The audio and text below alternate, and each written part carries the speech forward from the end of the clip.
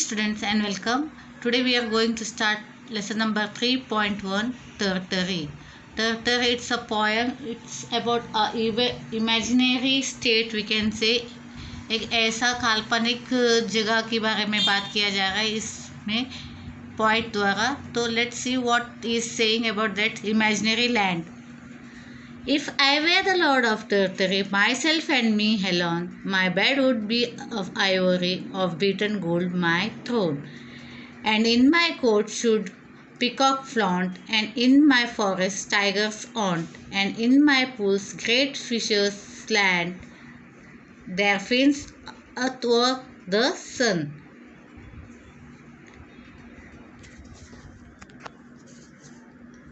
We will move to the other portion. If I were lord of Tertiary, trumpeters every day to every meal would summon me, and in my courtyard bray. And in the evening lamps would shine yellow as honey, red as wine, while harp and flute and mandolin made music sweet and gay. If I were the lord of Tertiary, I would wear a robe of beads, white and gold and grey they would be, and clustered thick as seeds, and air should wan the morning star. I adorn my robe and scimitar, and the zebra's seven should draw my car through Tertiary dark glades. Lord of the fruits of Tertiary, half rivers silver pale, lords of the hills of the Tertiary, gleam thicket, wood and dale. Our flashing stars, our scented breeze, our trembling lake like foamless seas, our bird delighting citron trees in every purple vale. The poem is written by Walter de la Mare. Okay. It is about the imaginary land the poet is talking about. He is saying that if he was the ruler of the Tertiary, means that imaginary land, he would have the bed of ivory. Ivory means elephant का जो Tux होता है उससे बनी हुई bed. Okay. If I were the lord of Tertiary, myself and me alone, my bed would be of ivory, of beaten gold my throne. And in my court should peacock flaunt, and in my forest tigers haunt, and in my pools great fishes slant their fins athwart the sun. Means the point क्या बोलते हैं अपने imaginary land के बारे में कि वो अगर इमेजिनरी लैंड के लॉर्ड होते, रूलर होते, then he would have the bed of ivory. और उसका थ्रोन जो होता, जो हम लोग सिंहासन बोलते, it had been made up of sheets of gold. Gold से बना हुआ उनका थ्रोन होता है या सिंहासन होता. He would have the court where the peacocks would flaunt. मतलब वहाँ पे पीकॉक जो है प्राउडली फ्लॉन्ट करता. फ्लॉन्ट मतलब अपने आप को शो ऑफ करते, जिस तरह पिकअप अपने आप पंख फैला के करते, वैसे वो पिकॉक वहाँ पे फ्लॉन्ट करता. And would proudly show off. Okay. And in my forest tigers haunt, क्या करता वहाँ पे टाइगर्स उस फॉरेस्ट में एंड वहाँ पे होते. And there will be full of big fishes whose fins would be move in the sun. And in the pools great fishes slant their fins athwart the sun. athwart का मतलब across, या हम लोग बोल सकते हैं especially in a slanting direction, मतलब एक टेढ़ा डायरेक्शन में we can say across. तो कहा टाइगर्स क्या होते, there would be tigers in the forest, there would be tigers in the forest. और पिको और एंड इन पूल, उनके पूल में क्या होता, बहुत सारे बिग फिशेस होते जो उस fins would move in the sun, जिसके फिन्स जो है वो सन के सामने तैरते होते.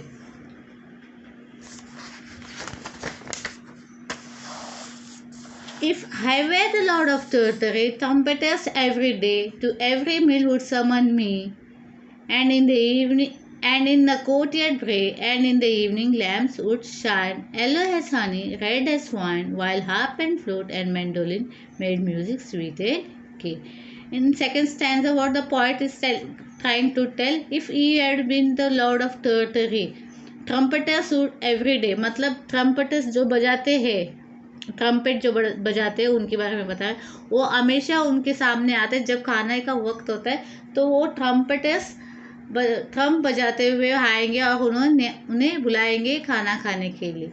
तो every meal would summon mean, वो आके हर एक मील में मुझे सामने आके ट्रम्पेट बजाएंगे। and every day they will be blowing the trumpet, okay, and in the courtyard bray का मतलब है make a noise with the trumpet। bray means अपने ट्रम्पेट से, वो एक म्यूजिकल इंस्ट्रूमेंट होता है, इट्स अ बिग वन, जिसे मुंह से ब्लो किया जाता है। तो वो ट्रम्पेटर्स आके अपने ट्रम्पेट को बजाते हुए उनको न्योता देंगे खाने के लिए कि खाने का वक्त हो चुका है, आप आ जाइए। And in the evening lamps would shine yellow has Honey red has wine. तो वहाँ पे लैम्प्स होंगे जो येलो जैसे दिखेंगे, येलो और रेड वाइन जैसे। While harp and flute and mandolin made music sweet and gay. इसके अलावा ट्रम्पेटर्स के अलावा और क्या होंगे, वहाँ पे आर्प होगा, फ्लूट होगा, मैंडोलिन होगा, ये सारे क्या है, म्यूजिकल इंस्ट्रूमेंट है जहाँ पे बजाए जाएंगे जब वो वहाँ पे बैठे रहेंगे। If I were a lord of Tartary, I would wear a robe of beads, white and gold and green they had, and clustered thick as seeds. And I would win the morning star. I would don my robe and scimitar. And zebras 7 should draw my car through Tartary dark glades. In the third stanza, what the poet is trying to tell, that if you had been the lord of Tartary, you would have wore the robe। robe मतलब dress, बड़े जो dresses होते हैं, बोलते मैं वो कपड़े किस तरह के बने हुए पहनते, बीड्स से बने, मोतियों से बने हुए कपड़ों का वो इस्तेमाल करते, यानी वो पहनते, जिसमें वाइट, गोल्ड एंड ग्रीन ये सारी चीज़ें बीड्स होंगे। एंड क्लस्टर थिक है सीड, मतलब बहुत सीड्स की तरह पूरा वो उनका ड्रेस होगा। And air should when the morning star. Air means before, and before should when का मतलब है डिसअपियर होना, धीरे धीरे गायब होना, हल्के हल्के स्लोली गायब होना। And air should when the morning star, मतलब बिफोर द स्टार है ऐसे, मॉर्निंग स्टार ऐसे वो धीरे धीरे गायब हो। I have don my robe and scimitar. Scimitar is again a sword with a curved blade. Scimitar एक वेपन जैसा है, वो एक तलवार जैसा है, वो जिसमें कर्व्ड ब्लेड होता है। मैंने वो मोतियों से भरा पूरा ड्रेस पहनेंगे, साथ में उनके कमरे में क्या होगा, एक स्कीमिटर होगा, मतलब वो एक स्वॉर्ड होगा जो कर्व शेप में होगा उसका ब्लेड उसकी। And the zebra 7 would draw my car, और ज़ेब्रा जो है 7 ज़ेब्रास उसके कार को क्या करेंगे, ड्रॉ करेंगे या लेके जाएंगे। Through Tartary dark glades. Glade का मतलब एक ओपन स्पेस है, in the hood of the forest एक ओपन स्पेस होता है, that is called as glades. तो वहाँ से 7 ज़ेब्रास उसके कार को लेते हुए जाएंगे। Lord of the fruits of Tartary are rivers silver pale, Lord of the hills of the Tartary, clean thicket wood and dale. Our flashing stars, our scented breeze, our trembling lake like foamless sea, our bird delighting citron trees in every purple vale. In the last stanza, what the poet is saying, the poet says that himself as a lord of fruits of Tartary, okay, if he would have been the fruit of Tartary।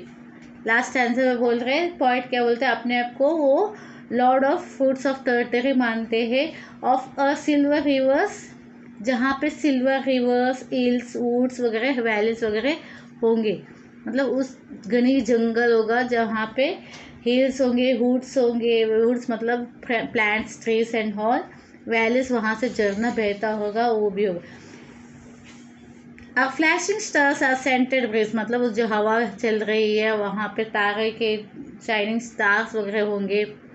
और trembling lake like formless seas, और वहाँ पे क्या होगा, पानी में जो ripples आते हैं, रिपल्स मतलब वो जो हवा के झोंके से पानी का जो मूवमेंट्स होता है, इज टॉकिंग अबाउट दैट, वो कैसे फॉर्मलेस सीज की तरह होगा। मतलब उसकी बहुत ज़्यादा प्रेशर में होगा तो वो जब टकराते पानी की लहरें तो एक ऐसा लगता है झाग सा आ जाता है वहाँ पे। तो are trembling lakes like foamless seas, bird delighting sit on trees, वहाँ पे बर्ड्स वगैरह आवाज़ें करते हुए ट्रीज में नज़र आएंगे, सिट ऑन ट्रीज में नज़र आएंगे। And in every purple well, in every purple valley में क्या होगा, ये सब सिट्रॉन ट्रीज हो गए, अट्रैक्टिंग क्या करते हैं, बर्ड्स को अट्रैक्ट करते हुए वहाँ पे बहुत सारे बर्ड्स भी होंगे।